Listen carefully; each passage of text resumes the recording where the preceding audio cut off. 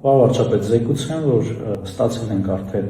նոր համազգեստի նմուշները։ Այսինքն հիմա պլանը հետևյալն է, մենք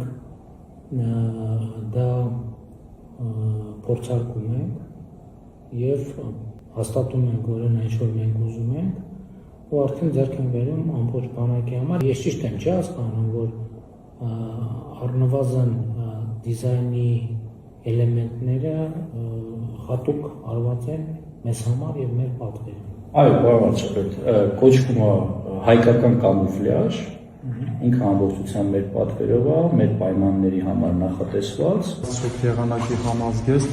որը իրենից ներկայացնում է երրորդ շերտի տակ վերնազգեստ, Սուրբ եղանակի վերնազգեստը դաշտային լրակազմի,